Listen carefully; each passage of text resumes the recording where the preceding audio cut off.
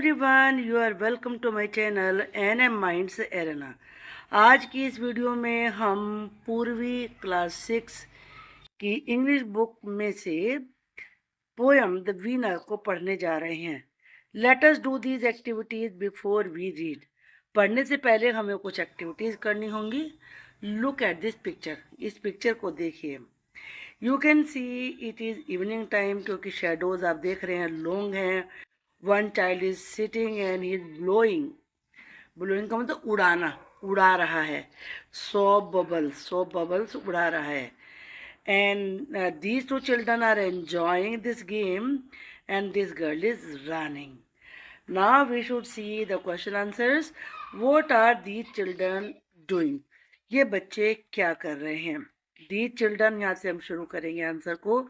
These children are हमें लगाना होगा जो क्वेश्चन में होता है, और डूइंग हटा के बताना होता है कि क्या कर रहे हैं। तो यहाँ बन जाएगा the children are playing in the park. Park में खेल रहे हैं। अब पार्क की जगह इसमें ग्राउंड भी लिख सकते हैं। ग्राउंड में खेल रहे हैं। फील्ड भी लिख सकते हैं, फील्ड में खेल रहे हैं। सम आर रनिंग, कुछ तो भाग रहे हैं। And one boy is blowing soap bubbles, और एक बॉय सोप बबल्स को उड़ा रहा है। ब्लोइंग का मतलब मैंने अभी आपको बताया कि उड़ाने के लिए यूज होगा। Where do you think they are? आपके हिसाब से वो कहाँ हैं? यहाँ से शुरू करिए आंसर। दे आर, टी को कैपिटल बनाना पड़ेगा फिर आपको। दे आर इन पार्क और गार्डन और ग्राउंड और फील्ड, कोई भी लिख दीजिए। What is the time of the day? जैसे कि मैंने बताया शेडो आप देख रहे हैं कि लॉन्ग है, तो ये इवनिंग टाइम ही है। तो यहाँ पे क्या लिखेंगे? The time of the day is evening as shadows are long and the sky is orange. आप देख रहे हैं ना, स्काई ऑरेंज है, तो ये इवनिंग के टाइम को बता रहा है। Discuss the given question with your classmate. अपने क्लासमेट के साथ यहाँ कुछ क्वेश्चन दिए, इनको डिस्कस करिए, टीचर के साथ करिए। You may begin your sentences with, यहाँ आपको एक हेल्प करिए कि आप अपने सेंटेंसेज की शुरुआत इस प्रकार से करेंगे। When do you go to play after school? आप स्कूल के बाद खेलने के लिए कब जाते हैं? देखो, ये क्वेश्चन वर्ड को ध्यान से देखना जरूरी है। कब का उसने जवाब पूछा है, तो आपको टाइम फैक्टर पे जवाब देना है। तो क्या क्या बताएंगे? I go to play after school in the evening. Evening में खेलने के लिए जाते हैं। स्कूल के बाद इवनिंग में ही जाएंगे, क्योंकि आके थोड़ा रेस्ट करना होता है, और फिर उसके बाद खेलने के लिए आप जा सकते हैं। तो हम यहाँ लिखेंगे इन द इवनिंग। इसके बाद है who do you play with? आप किसके साथ खेलते हैं? आई प्ले विद, यहाँ से शुरू करिए, यू का आई बनाइए। आई प्ले विद बताना है। फिर फ्रेंड्स के साथ खेलते हैं तो फ्रेंड्स लिखिए, I play with my friends. अपने सिस्टर के साथ खेलते हैं तो सिस्टर लिखिए। ब्रदर के साथ खेलते हैं तो ब्रदर लिखिए। अदर चिल्ड्रन भी लिख सकते हैं।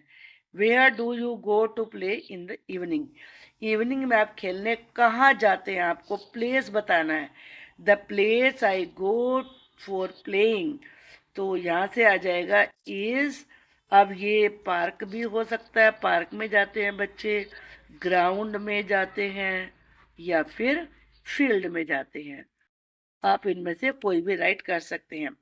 Which game do you like playing?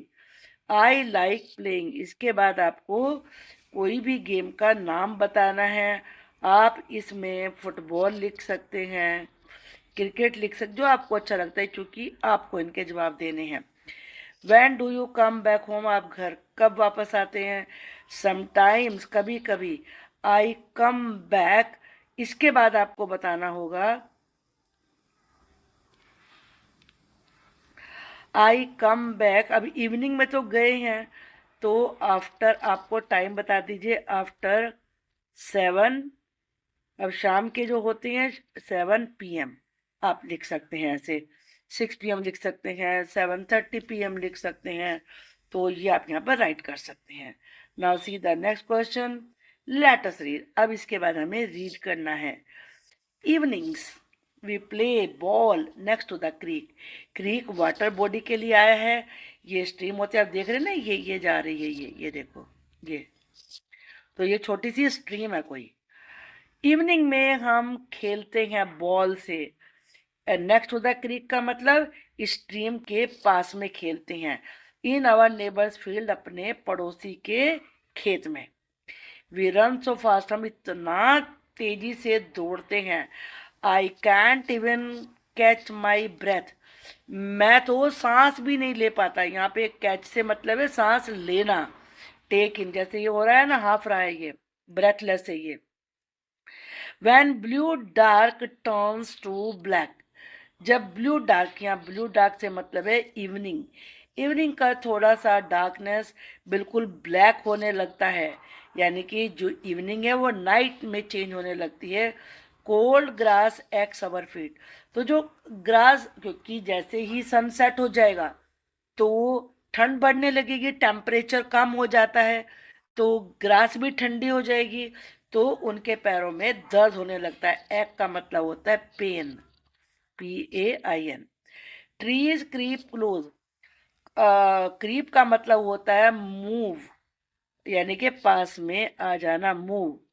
और पेड़ जो लगता है, ऐसा लग रहा है वैसे, क्योंकि पेड़ सरकते थोड़े ना है, ऐसा लगता है कि पेड़ एक दूसरे के नज़दीक सरक के आ रहे हैं। इसकी वजह क्या है? क्योंकि जब अंधेरा हो जाता है तो चीज़ें हम ना बिल्कुल क्लियरली पहचान नहीं सकते कि ये चीज़ ये है, वो सब मिली जुली सी नज़र आती हैं। तो पोइट ने इसी इमेजिनेशन को इस तरीके से यूज़ किया है कि जो ट्रीज़ हैं वो एक दूसरे के नज़दीक आ जाते हैं। गेम्स ओवर, और गेम ख़त्म हो जाता है जैसे नाइट होती है, डार्क होता है, नाइट विंस, और इस प्रकार से नाइट जीत जाती है। नाइट जीत जाती का मतलब नाइट का साम्राज्य हो जाता है। Now it's the night time and children have to end their game, बच्चों को अपना गेम खत्म करना पड़ता है। They have to go back to their homes. ये इतनी अच्छी सी पोएम लिखी है जॉर्जिया हर्ड ने। एक बार मैं और आपको ये पोएम पढ़ा देती हूँ। इवनिंग, शाम को तो हम बॉल खेलते हैं, और छोटी सी नदी है उसके पास हम खेलते हैं। नदी का एक नाला टाइप होता है, तो ये छोटी नदी कह सकते हैं, जो ज़्यादा चौड़ी नहीं होती। और वो हम वहाँ पर उसके पास में, नदी के पास में पड़े पड़ोसी के फील्ड में खेलते हैं। हम इतना तेज़ दौड़ते हैं कि मुझे तो सांस ही नहीं आता है, मैं बिल्कुल ब्रेथलेस हो जाता हूँ। जो स्पीकर है, जो बच्चा कह रहा है वो कह रहा है, मैं तो ब्रेथलेस हो जाता हूँ। When blue dark turns to black, जब शाम का अंधेरा बिल्कुल काला अंधेरा हो जाता है, कम होने की वजह से घास ठंडी हो जाती है, और हमारे पैरों में दर्द होने लगता है ठंड की वजह से। ट्रीज क्रीप क्लोज, और अंधेरे में पेड़ों को अलग अलग पहचानना मुश्किल होता है, तो लगता है कि वो एक दूसरे के नज़दीक आ गए हैं सरक कर, और हमें हमारा गेम तो ख़त्म हो जाता है और नाइट जीत जाती है। सब तरफ नाइट का साम्राज्य होता है। Now there are some questions. Let us discuss. Read the given lines from the poem. Poem की लाइनें पढ़िए. Write the meaning of the lines by identifying the words and expression in them. Words को पहचानना है और उनमें क्या अर्थ दिया है उसको पहचानना है। यहाँ पे कुछ हिंट भी दिया हुआ है। Lines from the poem, poem की लाइनें हैं। नेक्स्ट टू द क्रीक, यानी कि क्रीक के पास, क्रीक का मतलब क्या बताया था? Water body. A small body of water. The children are playing near a stream, बच्चे एक नदी के किनारे खेल रहे हैं, छोटी सी पानी की नाला चल रहा है उसके पास खेल रहे हैं, या कोई भी वाटर बॉडी हो सकती है, वहाँ खेल रहे हैं। I can't even catch my breath, मैं तो अपना सांस भी नहीं ले पा रहा हूँ। The child has been running, बच्चा भाग रहा है। The child is running very fast, बच्चा बहुत तेज भाग रहा है। एज ही इज ब्रेथलेस, क्योंकि वो ब्रेथलेस है। यहाँ को क्योंकि के बजाय हम सो लगाएंगे, सो ही इज ब्रेथलेस, इसीलिए वो ब्रेथलेस है, यानी कि सांस भी नहीं आ रही है। When blue dark turns to black, जब नीले रंग का आसमान, the colour of the sky changes from blue to black, यानी कि आप देखते हैं आसमान तो नीला होता है, अब रात को तो काला होता है, नीला नहीं दिखता, तो वो जो नीला आसमान है वो काला होने लगता है। वॉट डज इट मीन्स का मतलब क्या है? It means that the night is about to come, के नाइट आने वाली है। Play time is almost over, और जो प्ले टाइम है वो लगभग खत्म हो गया है। ट्रीज क्रीप क्लोज, जो ट्रीज हैं वो पास पास आ जाते हैं। Why do you think the trees seem close, ऐसा तुम्हें क्यों लगता है कि ट्रीज पास पास है? As it is getting darker, चूंकि अंधेरा हो रहा होता है, the trees seem to come closer, तो लगता है पेड़ एक दूसरे के नजदीक आ रहे हैं। This change is because of darkness, और ये चेंज डार्कनेस की वजह से होता है। इसमें आप चाहे तो एक्सप्लेन कर सकते हैं, because of darkness it is very difficult to make difference, to identify the things clearly. दोबारा मैं फिर बता देती हूँ, बिकॉज ऑफ डार्कनेस, डार्कनेस के कारण चीजों को पहचानना थोड़ा मुश्किल हो जाता है। यहाँ लिख भी देती हूँ, चलो। Because of darkness it is very difficult to identify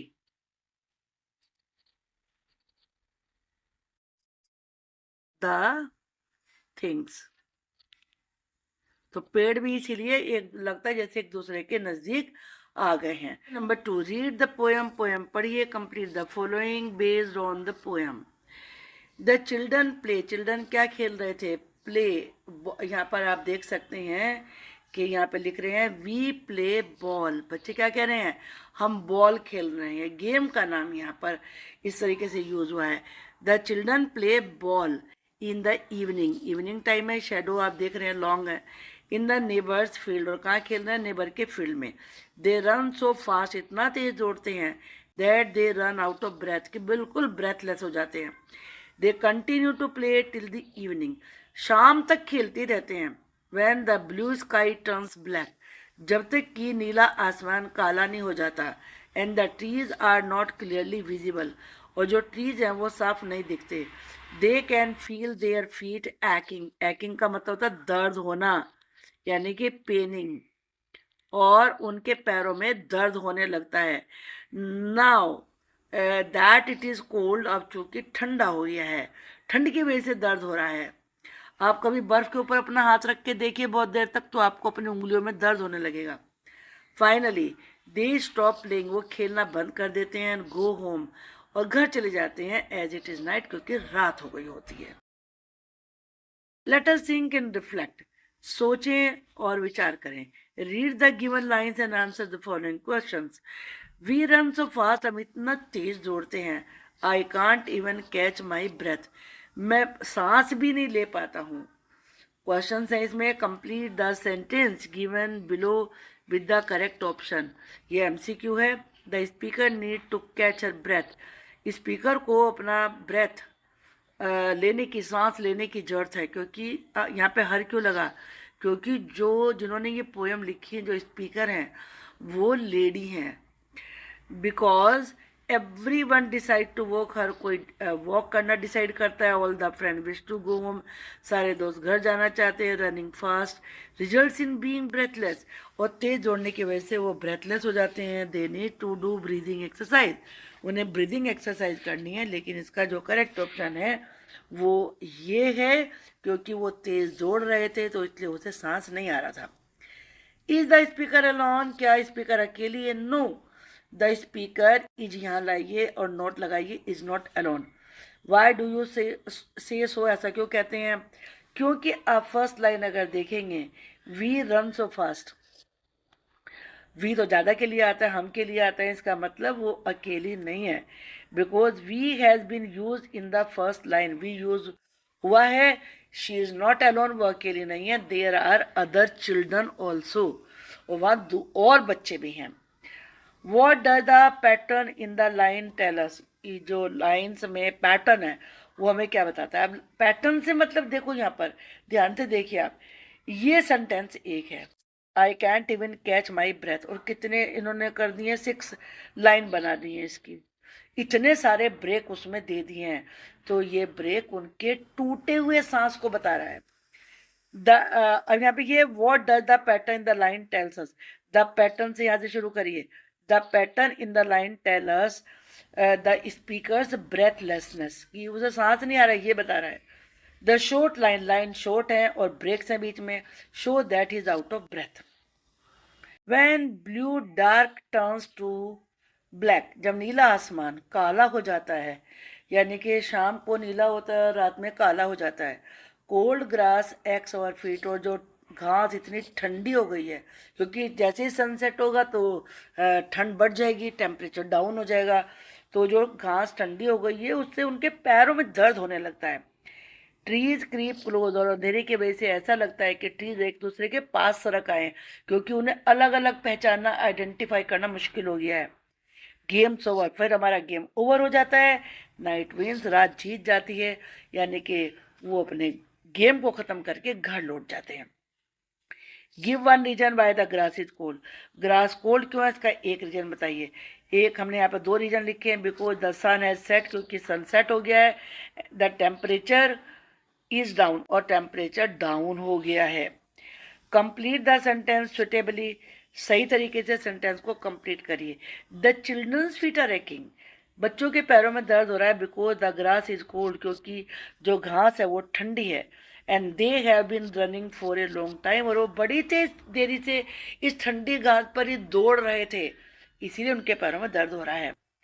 Y does night win, night जीत क्यों जाती है। Night wins because the time for play has ended, क्योंकि खेलने का टाइम खत्म हो गया है। चिल्ड्रन आर टायर्ड, बच्चे थके हुए हैं। Time to play at home begins, घर में खेलने का टाइम शुरू हो जाता है। नाइट फॉलोज डे, डे के बाद नाइट आती है। तो हमें तो यहाँ पर बच्चों के गेम खत्म होने की बात है, तो नाइट जीत गई है, उसने विन वर्ड यूज किया है, तो इसीलिए हम इसका जो करेक्ट ऑप्शन है वो आंसर है ए। Let us learn, read the information given in the table and see what the poet has done in the poem The Winner. यहाँ लाइनें हैं, lines from the poem. I can't even catch my breath. This tells us that the children are really out of breath. The pattern is used to highlight them being out of breath, क्योंकि टुकड़े टुकड़े करके दिखाया है। Other example, the leaves are falling, falling, falling. यानी कि अलग अलग हो रहा है, तो गिरने को इस तरीके से पैटर्न से सजेस्ट किया है। नाइट विंस, रात जीत जाती है। The poet has used human qualities for inanimate things. अब नाइट तो बेजानदार चीज़ है, लेकिन जीतेगा तो कोई जानदार ना, तो यहाँ पर ह्यूमन क्वालिटी दी है नाइट को, यानी कि उसे मनुष्य के रूप से ट्रीट किया है। Here night has been shown as winning, this is called personification. जब आप किसी ऐसी चीज़ को जो व्यक्ति नहीं है, पर्सन नहीं है, और उसमें पर्सन वाले गुण दे, वो ऐसी एक्टिविटी करे जो व्यक्ति करते हैं, तो वहाँ होता है personification. The sun played hide and seek, इसका एग्जाम्पल एक ही हो सकता है। The sun played hide and seek with the clouds, sun clouds के साथ हाइड एंड सीक, सन ने क्लाउड्स के साथ हाइड एंड सीक खेला। सन इज नॉट ए चाइल्ड, लेकिन उसे दिखाया चाइल्ड के रूप में। और अब यहाँ पर now try to write some examples of your own for both. Use your imagination when creating these examples. यहाँ लिख सकते हैं the wind whispered through the trees, वो हवा पेड़ों के बीच में से कुछ फुसफुसा रही थी, तो यहाँ विंड को व्यक्ति माना है, तभी वो विस्परिंग कर रही है। The star danced in the night, और जो स्टार्स हैं वो रात में डांस कर रहे थे क्योंकि टिमटिमा रहे थे। और भी आप दे सकते हैं, the leaves danced with the wind, wind के साथ यानी कि हवा के साथ नाच रही थी पत्तियां। Now the next question, the poet has talked about A creek in the poem. इस पोएम में कवि पोएट ने क्रीक के बारे में बोला, जो कि वाटर बॉडी है। You now know that creek is a water body. Complete the word verb given below by writing which other water bodies you can think of, discuss with your teacher. Water body river होती है, pond है, सी है, lake है, ocean है और stream है। अब यहाँ पर रीडल्स ही हैं, और सारी ये रीडल्स स्पोर्ट के बारे में हैं, तो चलिए पढ़ते हैं। रन एंड पास, रन करो, पास करो, रन करो, पास करो। Kick A black and white ball, अब ये जो बॉल है ये ब्लैक और वाइट कलर की है, उसे किक करो, kick it straight into the goal, goal में किक करो। Watch for mud, do not fall, और कीचड़ को देखो कहीं कीचड़ तो नहीं है फील्ड में, डोंट फॉल, गिरो मत। वॉट स्पोर्ट आई एम, तो मैं हूँ फुटबॉल। फुटबॉल की वो वाइट और ब्लैक होती है और गोल किया जाता है। होल्ड योर ब्रेथ, अपना सांस रोको, से हु तू, आपने पोयम भी एक पढ़ी थी पहले, लेसन था ईवीएस में। टिल यू टच वन और टू, जब तक कि तुम एक या दो को टच ना कर लो। Take care to keep a distance wide, बीच में थोड़ी डिस्टेंस रखने का ध्यान दो। As you run back to your team side, जब आप अपनी टीम की साइड दौड़ के जा रहे हो। वॉट स्पोर्ट आई एम, इसे हु तू भी कह सकते हैं आप, ये भी कह सकते हैं, और कबड्डी भी कह सकते हैं। Now next, in the water hold your breath, पानी में अपने सांस को रोकिए। The water is very cool, पानी बहुत ठंडा है। आर्म्स टर्न, आर्म्स को अपनी टर्न करिए, लेग से किक करिए। इन द ब्लू पूल, नीले पूल में, क्योंकि पानी नीला दिखाई देता है, आसमान ऊपर नीला होता है। तो विच स्पोर्ट आई एम, ये है स्विमिंग, है swimming. Now next riddle, breathe in, अंदर सांस लो, ब्रीथ आउट, बाहर सांस छोड़ो। Practice every day just right, और हर दिन प्रैक्टिस करो। यू विल बी हेल्दी, आप हेल्दी हो जाओगे, फिट हो जाओगे। गेट एनर्जी, एनर्जी मिलेगी। एंड ग्रो इन माइट, ताकत भी बढ़ेगी। वॉट आई एम, मैं क्या हूँ, योगा। प्राणायाम भी कह सकते हैं। Try to create a riddle about your favourite game and sport और activity. Share your riddles with your classmate, let us see who all are able to guess it right.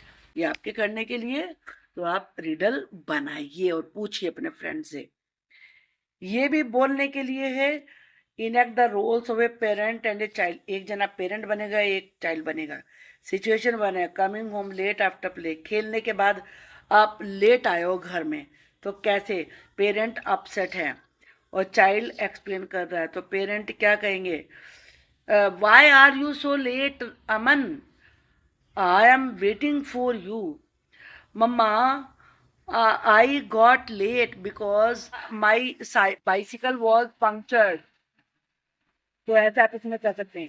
Situation two क्या है, share details of the game you played. Child excited, parent asking details with interest. अब child क्या बोलेगा, mamma mamma listen, I am today, I am very happy, very happy. अब mamma बोलेगी, oh what happen, tell me. अब बच्चा बताएगा, today I one, या जो भी आप गेम खेल रहे हैं, आई डिड 2 balls, या आई स्कोर्ड 2 goals, मैंने 2 गोल किए इस बार। और या अगर क्रिकेट खेल रहे थे, आई मेड कंप्लीट 50 runs, या कितने आपने सिक्सर बनाया, 4 I hit 2 4s, I hit 1 sixer. तो ऐसे आपको बताना है। Situation 3, binning a new friend home after play time, खेलने के बाद फ्रेंड को घर लाइए जो नया है।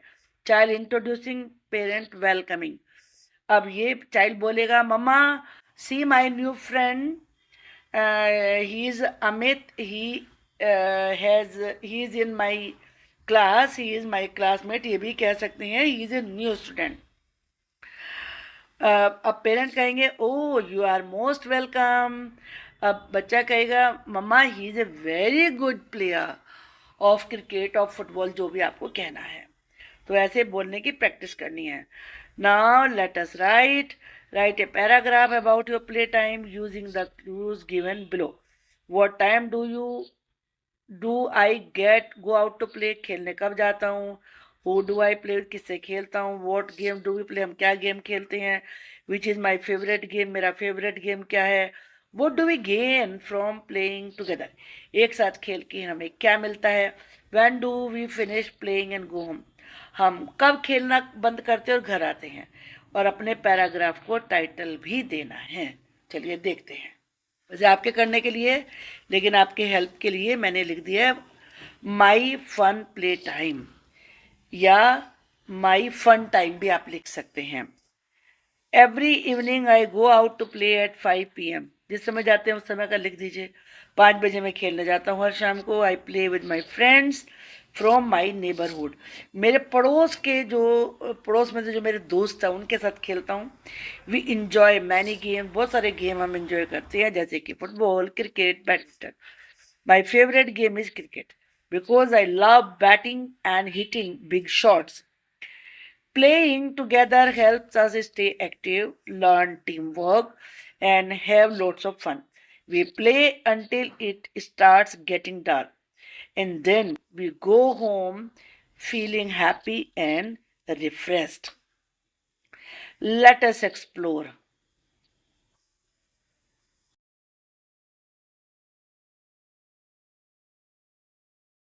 उत्तर प्रदेश का जो इंडिजिनस गेम है gilli danda. This game is similar to cricket, cricket जैसा ही है but played with a small stick. एक छोटी सी स्टिक से खेलने से गिल्ली कहते हैं. एंड ए लार्जर स्टिक, और एक बार डंडा होता है, स्टिक होती है जिसे डंडा कहते हैं. द प्लेयर यूजेज द डंडा टू हिट द गिल्ली इनटू द एयर. गिल्ली को हवा में उछालने के डंडा यूज किया जाता है. And then strikes it again to send it far, और फिर उसे दूर भेजने के दोबारा से स्ट्राइक किया जाता है. Other player try to catch the gilli, दूसरे प्लेयर्स गिल्ली को पकड़ने की कोशिश करते हैं और stop it from going too far, या फिर उसे ज़्यादा दूर जाने से रोकते हैं. अब है उड़ीसा का Puchi. This is a fun jumping game. ये जंपिंग गेम है played mostly by girls. Players form a circle, लड़की जो प्लेयर्स होते हैं सर्किल बनाते हैं. Take turn jumping on one leg, एक लेग पर जंपिंग करते हैं turn by turn while trying to push others out of balance, और दूसरों का बैलेंस बिगाड़ते हैं. The last person is standing win the game, और जो आखिर तक खड़ा रहता है वो जीत जाता है. तमिलनाडु में kabaddi. Two teams take turn sending a raider into the opposite team's half. दूसरी टीम के हाफ में रेडर को भेजते हैं. The raider must tag opponents while continuously chanting kabaddi kabaddi without taking a breath. और रेडर को बगैर सांस लिए कबड्डी कबड्डी लगातार बोलना होता है और अपने अपोनेंट को टैग करना होता है. If the raider touches opponent, अगर वो उसे टच कर ले एंड रिटर्न सेफली, और सेफली रिटर्न हो जाए, तो तब उनकी टीम को पॉइंट्स मिलते हैं. I hope the whole chapter is clear to you. Thank you for watching the video.